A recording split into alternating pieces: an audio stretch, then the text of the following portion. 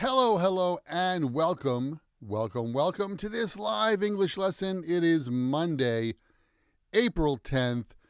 Good morning to you. Thank you so much for joining me this morning, or this afternoon, or this evening, depending on your time zone. I do appreciate your time today. I hope you had a good weekend, a restful weekend. I had kind of a busy weekend. It was my birthday on Friday. That's right. Another year older. Does it look that way? I hope not.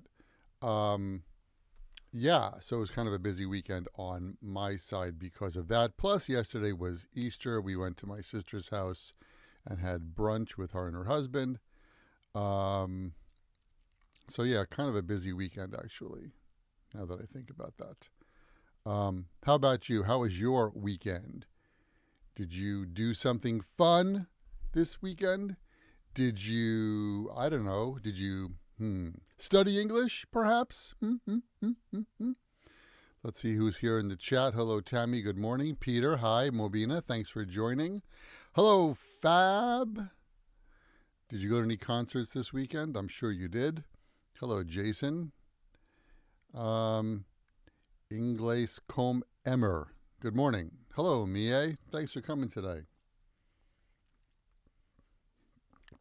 Hope you had a nice weekend. Hope you studied English. This weekend was a little bit tough for me to study Japanese. I didn't get as much done as I wanted to do. Oh well. Concert last night. I'm going to guess you go to more than 52 concerts a year. That's my guess. In my money, I didn't work my fingers to the bone, but only finished reading Edgar Allan Poe's Miss Found in a Bottle. Wow, good for you. Good for you. Peter, you like to read, don't you? I guess you like to read. I assume that. Fab, who did you see last night? I have been watching Big Bang Theory. Oh, Big Bang Theory is good. That's a great TV show. If you like science or technology, it's a pretty funny show. Some of the characters, especially Sheldon, are interesting. Although I find Mobina, you can let us know. I find Sheldon a little difficult to understand, even as a native English speaker sometimes when he talks, because he uses very technical words. That's for sure, he says. What did you study in terms of English this week? Did you learn anything? Did you study any new vocabulary, phrasal verbs? Are you studying for the TOEIC exam, perhaps? Happy Ramadan and Easter. Thank you, M7MD. Just a friend's band. Gotcha. A friend of mine is a bass player, and he's in a new band. And they've been playing some pretty big places, but not anywhere that's near me. So I haven't had a chance to go see him yet. Hello, Jessica. Happy Easter.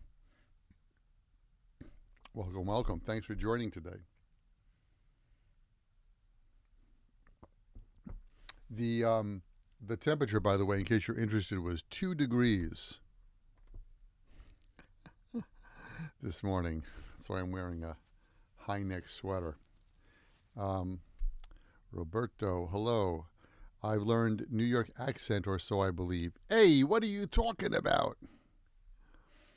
I have a video here on YouTube. I think it's called the New York pronunciation. And the key sentence in that lesson is, I walk my dog to the corner and get a coffee for a quarter. Or, we have that or sound here in New York. Kinga, welcome. Thanks for joining today. It's much warmer there. 20 degrees. Nice. The forecast for the end of this week is around 25 to 27 degrees. That's going to be the high temperature. So there's a guy on YouTube. Oh, that's cool. Awesome. Hey! What's the difference between New York English and Canadian English? Does anybody know? New York English and Canadian English. In Canadian English, they say "a" at the end of the sentence. Nice day, eh? Nice day, eh? But in New York, we put the "a" at the beginning of the phrase. Hey, it's a nice day. Get it? I hope so. Last week, Dave Davies from the Kinks was in New York City, promoting his last book and a Greatest Song LP. Wow, that's interesting. I did not know that. A lot of rock stars are writing books these days, or have written books these days. I guess it's hard for rock stars to make money these days because nobody pays for music.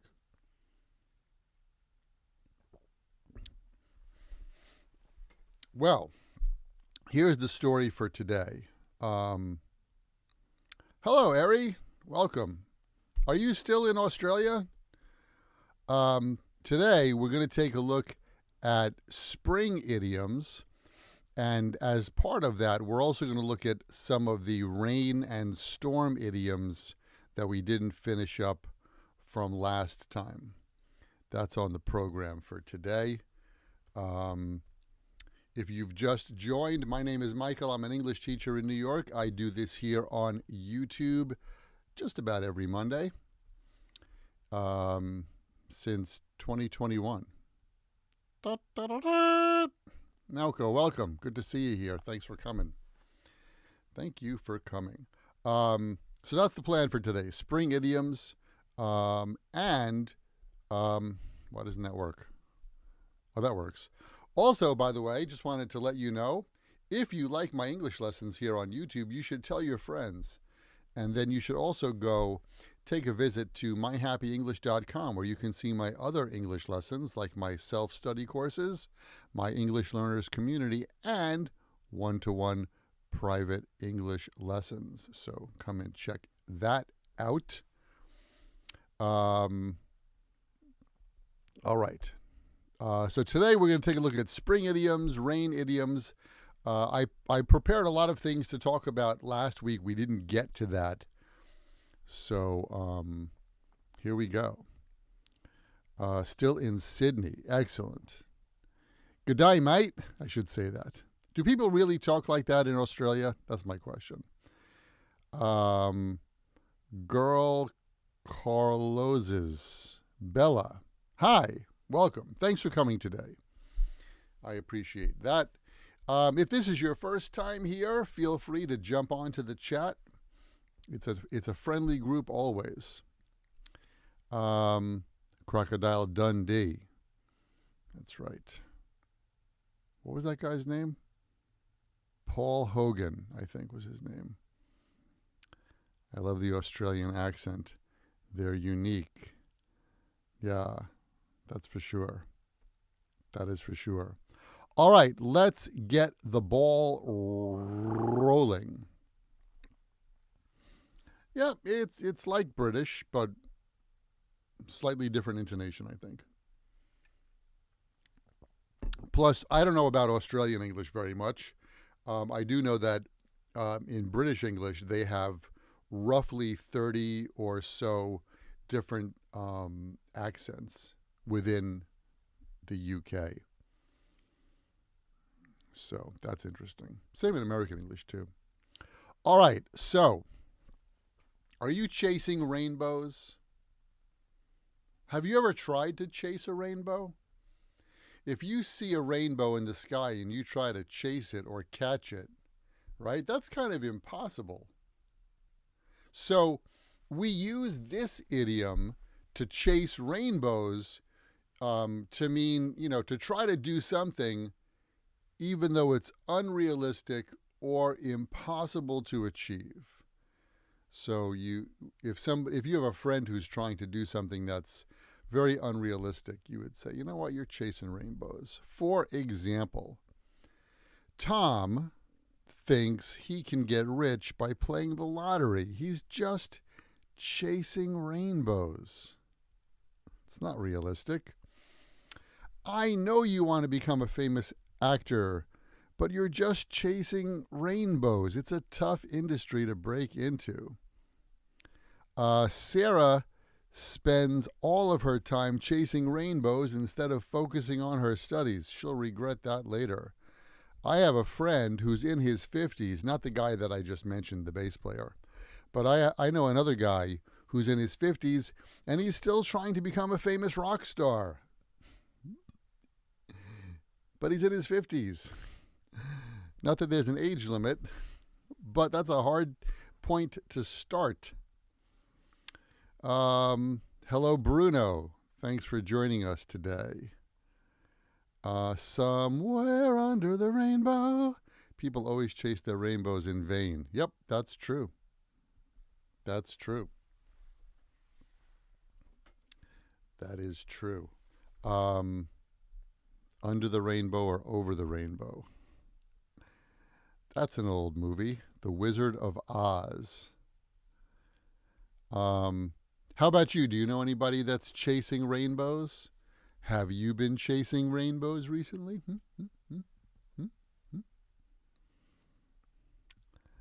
How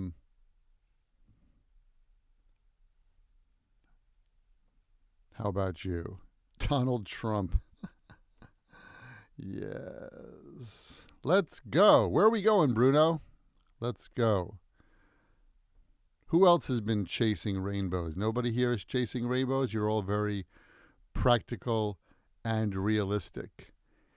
Kids usually spend a lot of energy chasing rainbows. That's for sure. That's for sure. Me too. Ha ha ha. Lol. Were I Neo, I would never chase it. It would move closer to me. What's Neo? Sorry, I don't know that.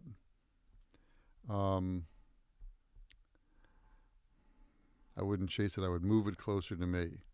So you have control over the rainbows, the Matrix. You know, I saw the Matrix when it came out, and I just couldn't understand it. That was a movie that I watched, and then when it was over, I said, "It's over?" That was right over my head. Right over my... Do you know that gesture? If somebody says something and you don't understand it, you can go, "Oof, that's right over my head." It means I don't understand it. Can I find your podcast in Spotify? Yes, you can. Just go to the search bar and look for Happy English Podcast, and you'll find me. In my humble opinion, 13th Floor or The Dark City are much better. I'm sorry, I don't even know those. I'm a little bit out of touch with pop culture these days, movies or music or something. I'm quite out of touch, I think, with pop culture. That's okay. That works for me. All right. You didn't come here to chase rainbows. You came here for this. No? Why is that not working? Okay. This button. There it is. All right. Cooking up a storm. Cooking up a storm. If I were Neo. Emmer, that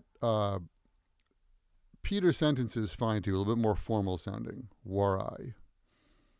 If I were is more conversational. But Peter sentence is okay. It's just a little bit more of a formal style. All right, cooking up a storm. My sister was cooking up a storm yesterday. She was cooking up a storm yesterday. So this phrase, oh my God.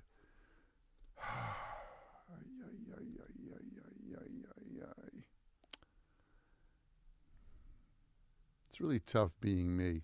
Let me tell you something. We'll just fix that in the mix.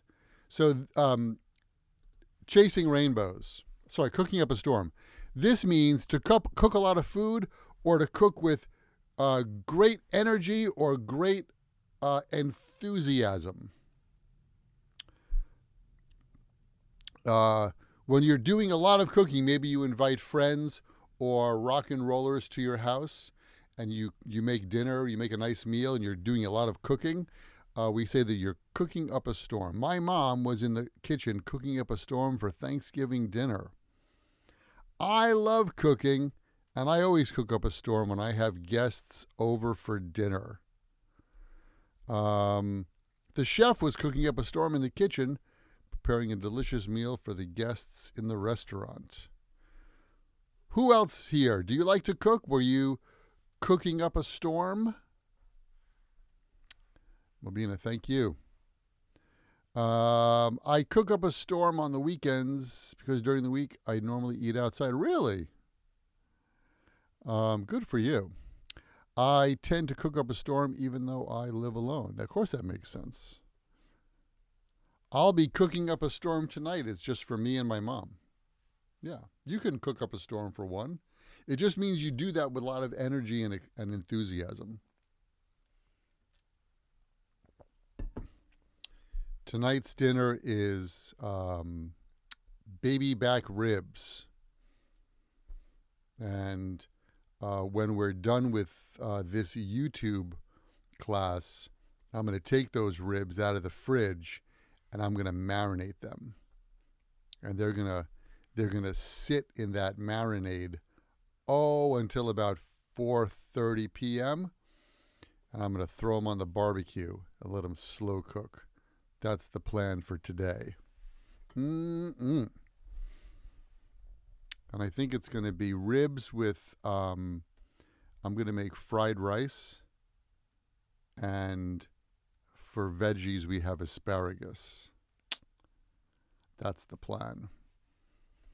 And I'm not going to mention how much garlic I'm going to use when I cook the asparagus, because I know some people are allergic to garlic.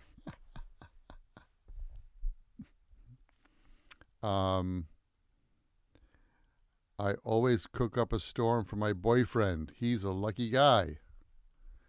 Cook up a storm. I love to cook. Relax me. I like to cook too. For me, cooking is like a time that there's no computer, there's no phone. I just get into the zone and I cook. So, a day before New Year's Eve, our whole kitchen looks like a steam locomotion, and everyone is cooking up a storm. Wow. I was in the good mood. In a good mood, usually we say. I was in a good mood yesterday, cooking up a storm for my dad's birthday. Lucky him. Lucky him. Yeah, I like to cook. Cooking is that's a little bit of, quiet me time. I just focus. I like to cook up a storm when I have a bunch of time. When time means clock time, it's not countable. Right? We had I don't have much time today. I'm very busy. So that's clock time. But I've been to that restaurant several times. Then it's countable. Italian grandmas always cook up a storm because they think you're starving. That's for sure. That's for sure. I remember my Aunt Ida. Aunt Ida was my father's aunt, and she passed away. Oh gosh, when she was about 101, 102, something like that. The last time I had a chance to see her, she was probably 96 or 97. And anytime we visited her, she cooked up a storm. It was incredible. Very awesome. But that's true. That generation cooks up a storm. That's for sure. Don't worry about that, Mie. Remember, your last mistake is your best teacher, even though I don't learn anything from my typing mistakes. All right, cook up a storm. What else can we cook up today?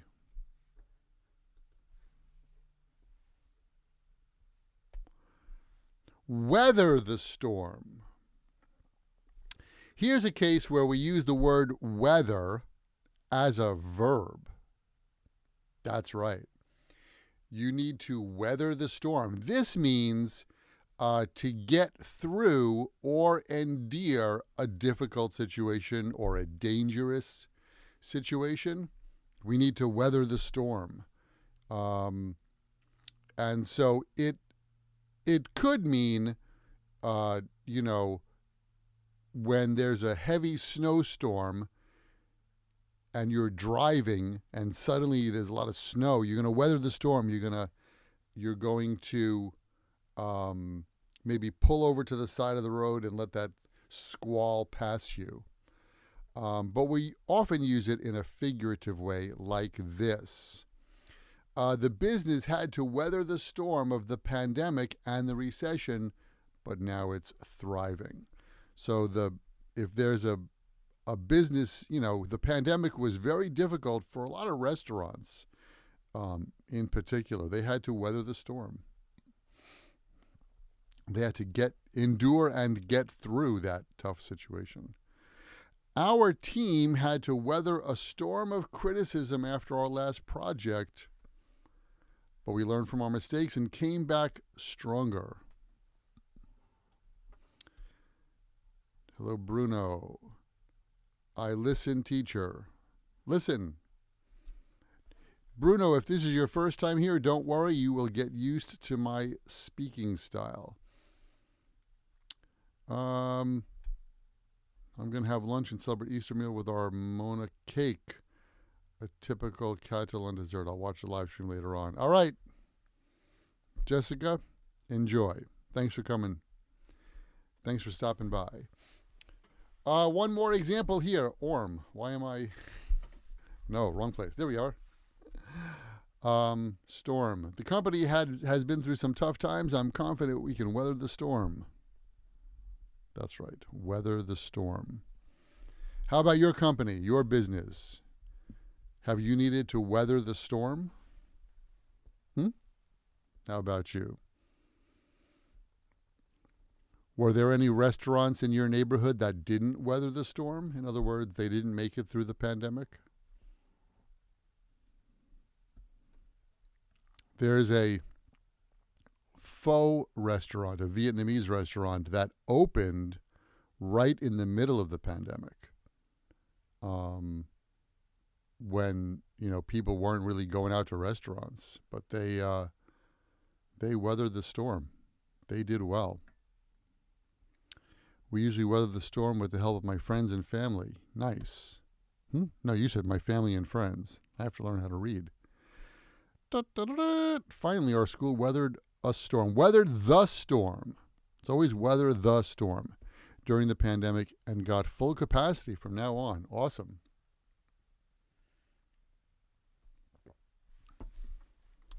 That's awesome. Weather the storm. You know what Darwin said? The strong survive. So that's what we have to do. We have to survive and weather the storm. All right. How are we doing on time? Plenty of time. All right. Let's move to the next one. The eye of the storm. In the eye of the storm. If you weather that's right, weather the storm. Oh, I missed that too. Weather the storm. We usually weather the storm. Yeah, it's the. Did I? Oh my God.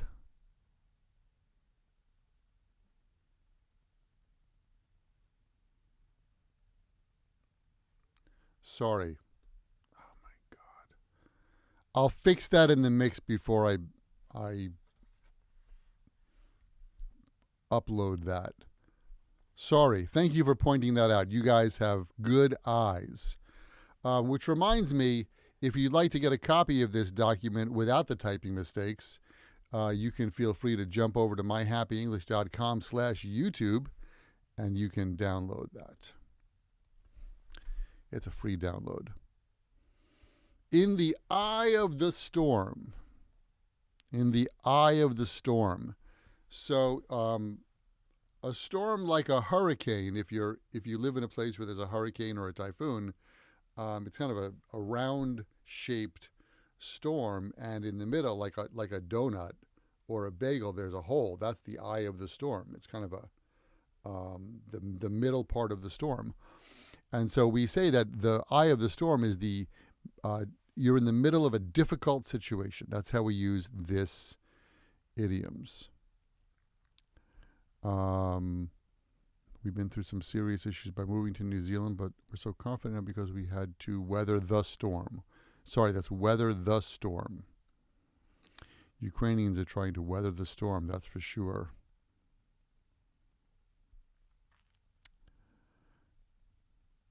Even though he was in the eye of the storm, he remained calm and composed.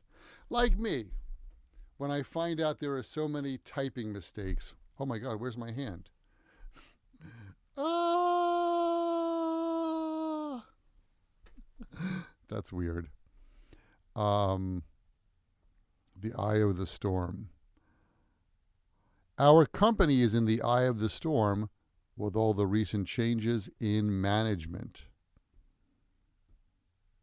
That's right. That's right. If you work in a place and they're changing the upper management, or there are a lot of personnel changes, you're going to be in the eye of the storm. It's a very difficult situation. Donald Trump is in the eye of the storm. That's right. She stayed in the eye of the storm during the crisis and helped her team come up with a solution. I don't know who she was, but she didn't try to escape at that time. In the eye of the storm. So it's the middle of the situation, not necessarily the eye. I don't know why we say that. It's the eye of the storm. Sometimes the English language is a mystery to me as well. By the way, how's the weather by you? Is it spring-like? I think Eri said that down there in Sydney it's fall, I guess. You're in the middle of fall, or the beginning of fall. Anybody who's in the southern hemisphere, like a dry spell, our company has been in a dry spell. A dry spell technically means a period of time when there's no water, there's no rain. And so in the business world, if the business is in a dry spell, it means, business is very slow. So I think in the eye of the storm has more of a nuance that it's a very difficult situation. If the dry spell continues for a long time, if you don't have business for a long time, I think you could be in the eye of the storm. In the U.S., most retail stores, shopping malls, department stores like that are very busy the end of November and December because of Christmas shopping. But they go through a dry spell in January because people have spent a lot of money and did a lot of shopping in December. So in January, people don't shop very much. It's kind of a dry spell for businesses. Hope that makes sense. There's an opinion that people have always been in the eye of the storm, and the last about 30 years is a rare exception, and now we are heading to yet another storm. You mean, Peter, do you mean economically? Da-da-da-da. You bet.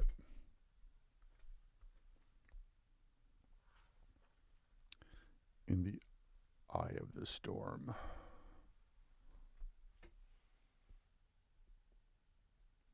All right. Let's move from terrible weather to spring fever. I always, when I was a kid, I always got spring fever. Peter says, economically. Right. We use the eye of the storm. We use that expression also when we talk about those, negative points in the economy. Uh-oh. Somebody woke up. I hear somebody rolling around. It's too early to wake up. Go back to sleep. All right, spring fever. Spring fever. This happens. Hello there, Rosie. Spring. She was sleeping in the other room and just decided to come here and jump on the sofa and go to sleep. Okay. Spring fever happens usually to kids, but it happens to adults too.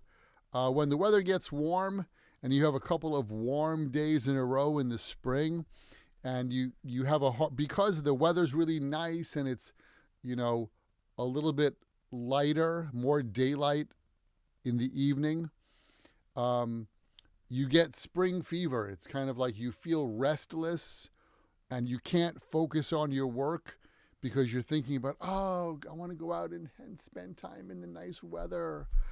Oh, that's exciting. Spring. I have spring fever.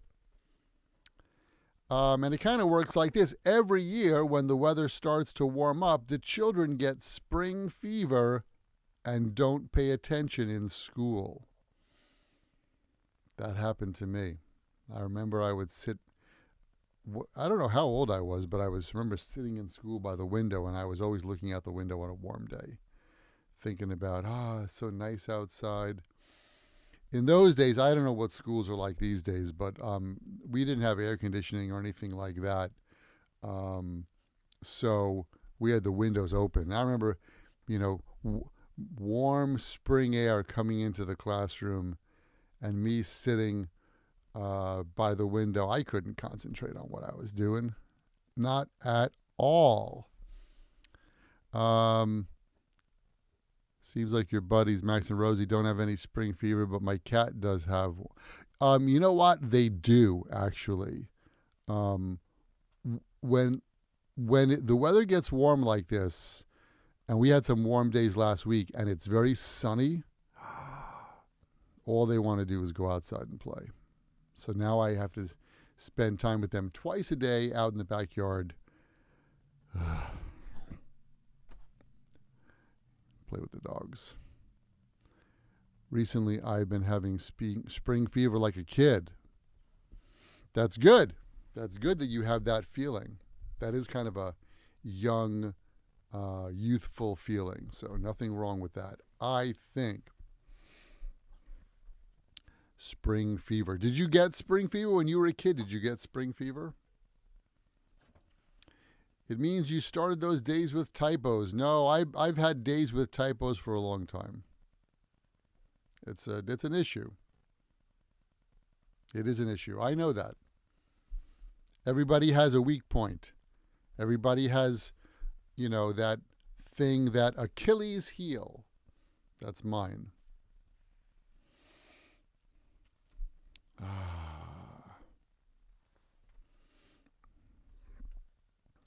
It is what it is. All right, spring fever. A spring chicken. I love this. I love this phrase. So, a spring chicken is a young chicken. So if you go to the butcher shop, if you have a butcher shop, and you say, "I'd like to buy a spring chicken," it's a young chicken. And if you say, "I am no spring chicken," I am no spring chicken. I know the grammar's a little weird there. I am no spring chicken. It means you're saying that you're no longer young or too old to do something, maybe something that you did when you were younger. For example, I used to be able to run a mile in under 6 minutes, but I'm no spring chicken anymore. That is just an example. That is just an example. I did a mile, and I think about a 12-minute mile was my,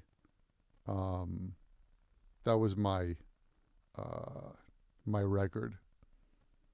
I did 5K in 36 minutes. Several years ago, I used to run, and I did 5K, and I had surgery on my foot. I can't run anymore. So I did a 5K race, 5 kilometers in 36 minutes. That was my best time. So thank you, Bob. I appreciate that. When one of my cousins suggested going to a dance club, I told her, "I am no spring chicken." That's for sure. That's for sure. Yeah, I'm no spring chicken. I'm not going to a dance club. No way.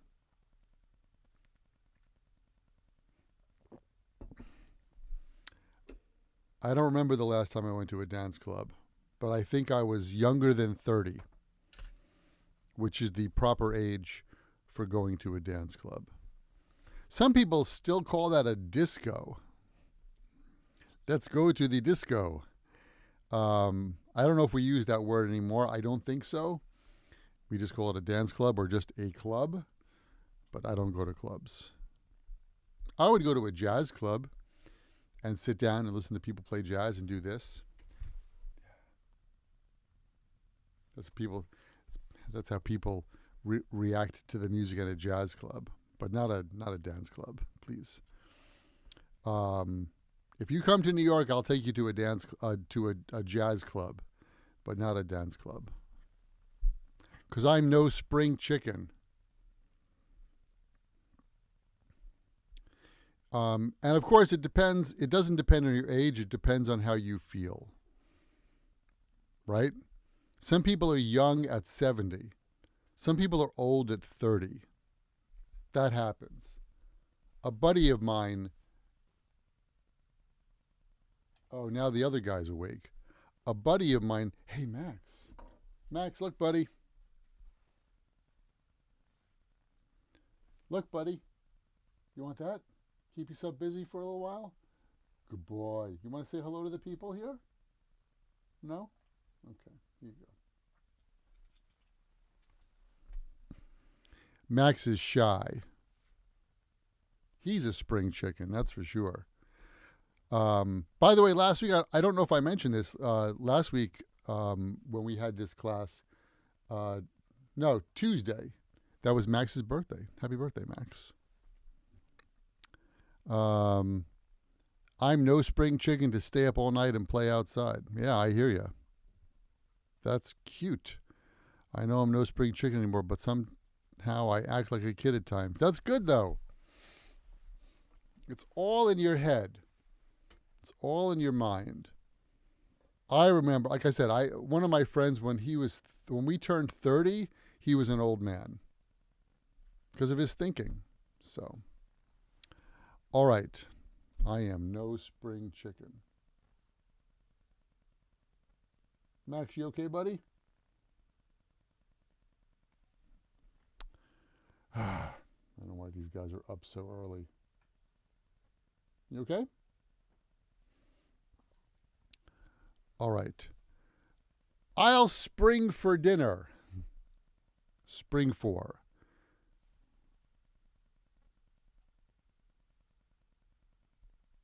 Max, what are you doing, buddy? Give me a moment, would you? 1 second.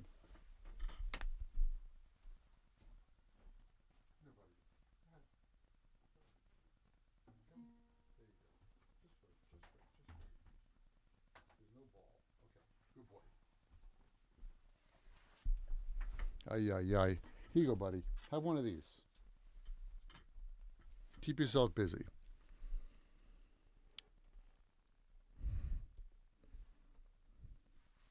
I don't know what happened there. Okay. Yeah, he's fine. He's fine. Yes, no spring chicken. Recently, I've been feeling like I'm no spring chicken. I don't know why that is. All right. Next, spring into action. You know, so spring is a season, but spring is also, you know, inside your pen, there's a spring. I don't know if you can see that spring in there. Maybe not. So it's a coiled piece of metal that goes up and down, right? And if you squeeze a spring and then let it go, it pops very quickly. So when you spring into action, you react or take action very quickly, especially in an emergency situation, an urgent situation. When the fire alarm went off, everyone sprang into action and evacuated the building. I just sprang into action to see what was wrong with Max. I sprang into action when I saw that the boss knocked over his coffee cup during the meeting. Did I miss one? I got distracted because of the dog. We'll come back to that. I'll come back. Thank you, Peter. When I still was a spring chicken, I could run for 2 hours. Wow. 5 years ago, I took a walk in Japan. Oh, almost 6 years now. I took a walk in Japan on an old historic road. And we walked about 8 or 9 hours a day. Of course, we took a break here and there, but that was a pretty intense trip. So, spring into action. Spring into action. You react. You take action very quickly, very suddenly. Are you good at springing into action? How about you? I sprang into action when I saw that the boss knocked over his coffee cup during the meeting. Whenever I see cockroaches, I spring into action and run away. Good example. Whenever I see my dog digging a hole in my garden, I spring into action. Last week, Rosie, she dug a hole.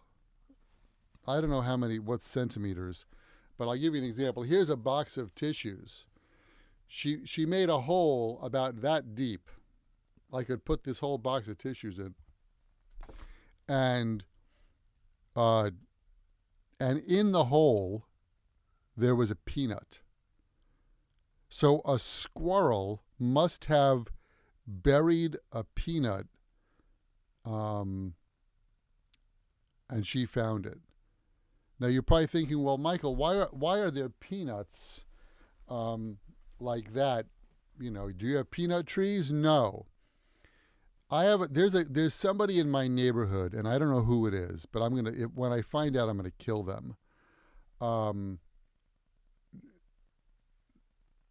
A couple of blocks away, somebody must get a huge bag of peanuts in the shell and just put them in his front yard. I guess they want to feed the squirrels. I don't know what they're doing.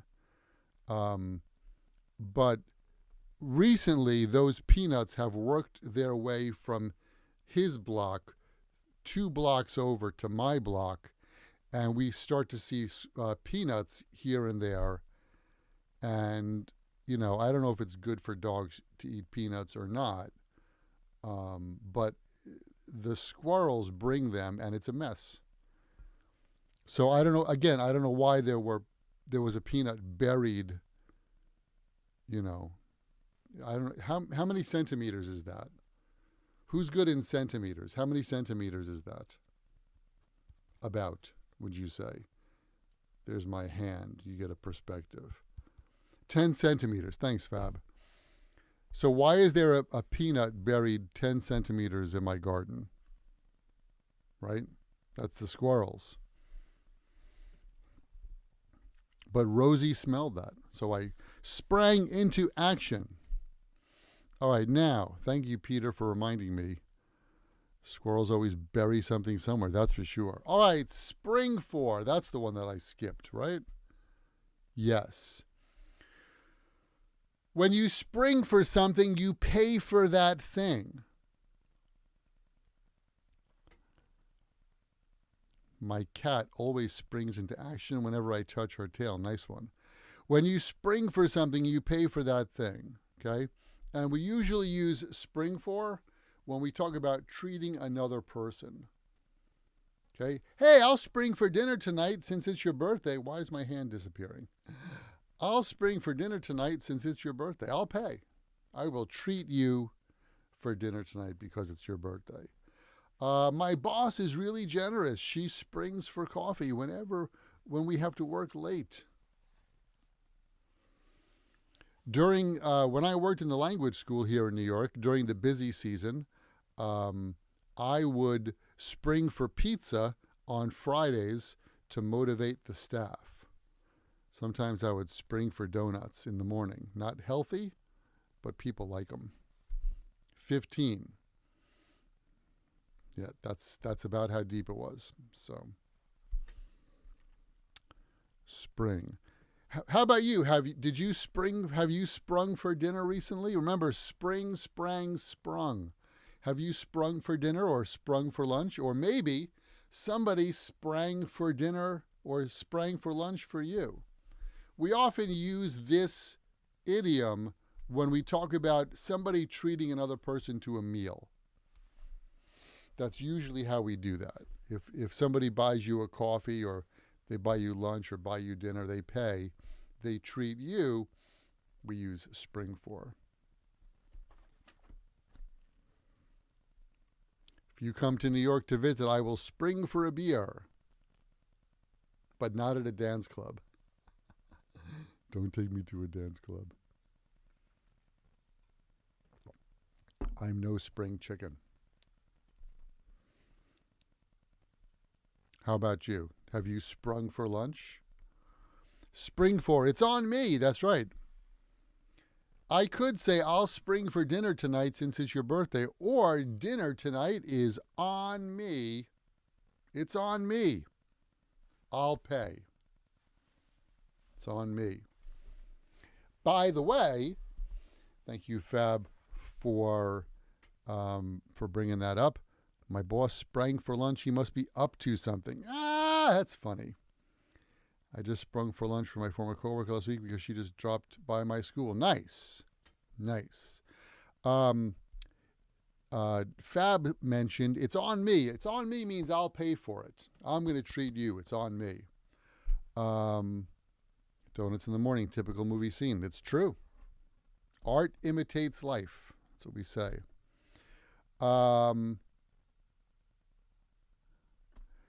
These days, springing for is an old-fashioned custom. My flatmate sometimes springs for fresh organic smoothies. Wow, that's healthy. So, I just want to mention one thing because Fab mentioned it's on me. It's on me means I'll pay. I'll treat you.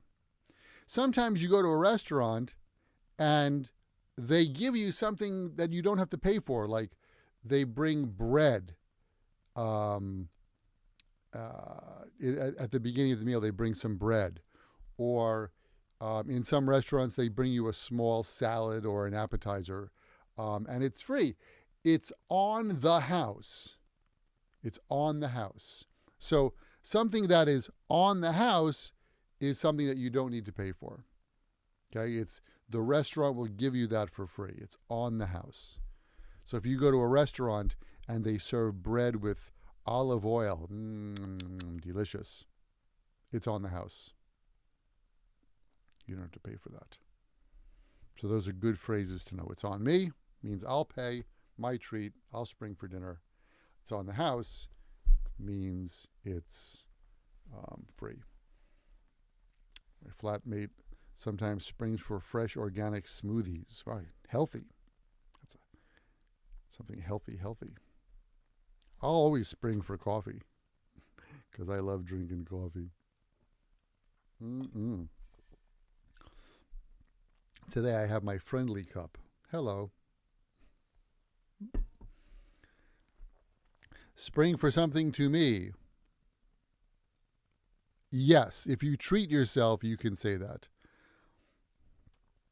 I sprang for this shirt, I could say.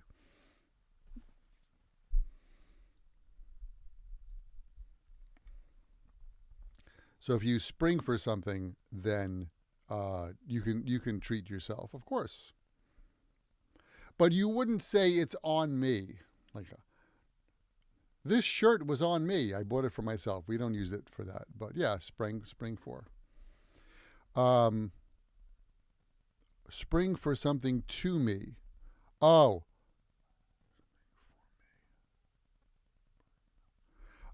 So 2 shows movement, 4 shows benefit. So I sprang for this shirt for me. If you treat yourself to something, that's for. So yeah, you can have two of the same prepositions are possible in a sentence. All right, spring for. Spring into action.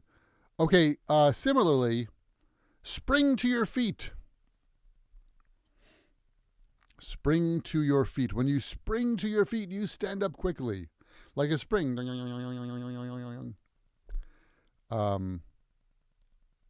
When you spring to your feet, you stand up quickly, often when something is surprising or exciting. When my favorite team scored the winning goal, I sprang to my feet. Yay, team! Michael has done never. You probably noticed that I don't talk much about sports here. There's a reason for that. As soon as the doorbell rang, the dog sprang to his feet and barked. Who could that be? Who could that be? Do we know any dogs that would do that when the doorbell rings? I saw this video online, a dog trainer, and he trained his dog to lay down or sit in the dog bed when the doorbell rang.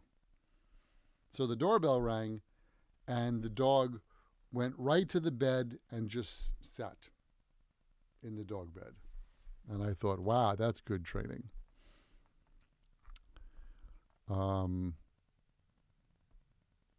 When you found out that this English lesson was starting, did you spring to your feet? That's right, Max and Rosie. They both went back to sleep on the sofa. Whew. Spring to your feet. When in my previous company, whenever the company president walked into the room for a meeting, and he would always walk in late. Of course, he's the CEO. Everybody had to spring to their feet. I'm so glad I don't work there anymore.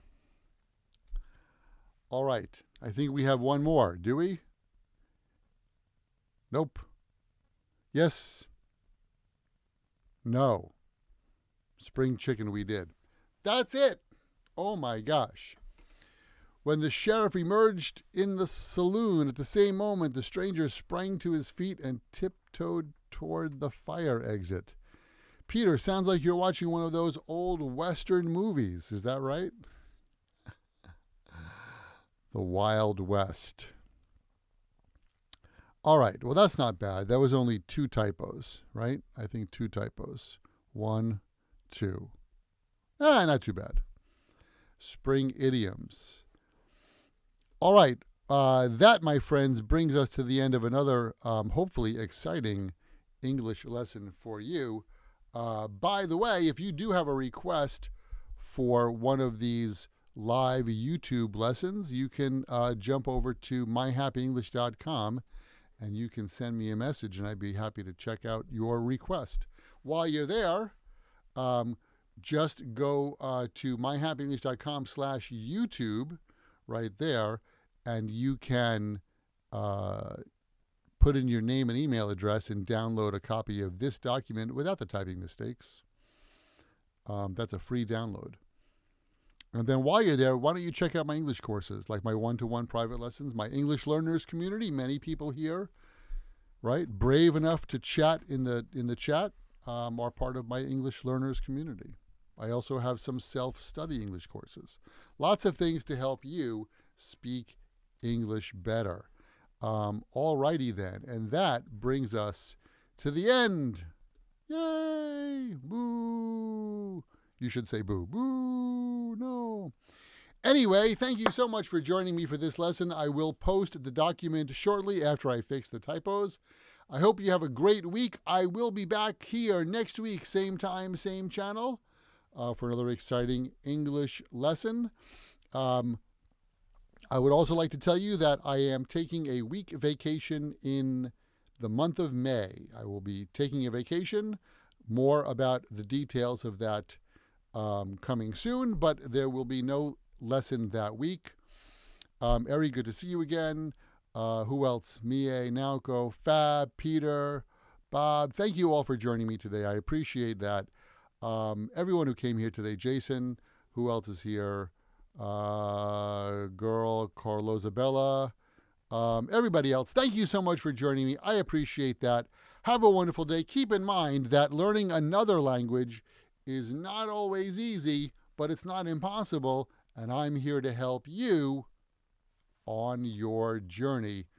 Thank you for learning English with me today.